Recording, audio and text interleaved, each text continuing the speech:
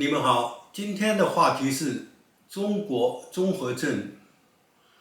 人们经常说"人往高处走，水往低处流"。然而，许多人发现，现在中国经常和北朝鲜、伊朗和俄罗斯连在了一起。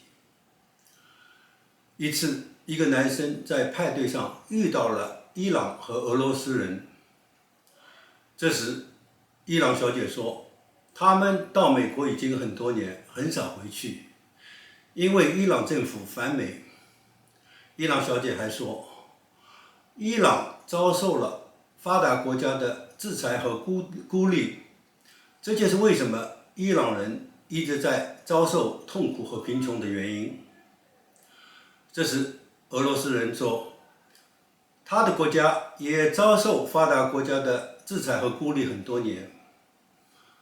俄罗斯人还说，他的国家许多人都懂得"人往高处走，水往低处流"的道理，但发达国家不发给他们签证。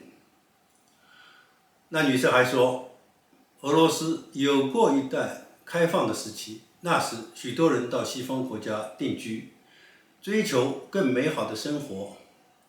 但现在的俄罗斯领导人贪图权力，把持政权几十年，把俄罗斯的前途耽误了。这时，一个中国女生说，她是留学生，她和她的家人都希望她留在美国，但这很不容易。这时，那男生说，现在有一种中国综合症，因为在海外的华人都喜欢言论自由，但中国的领导人却让民众抵制西方，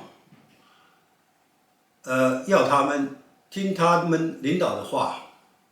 但这种民族主义的做法只会让中国衰退。要是那里的领导人也把持政权几十年，那一定会祸国殃民。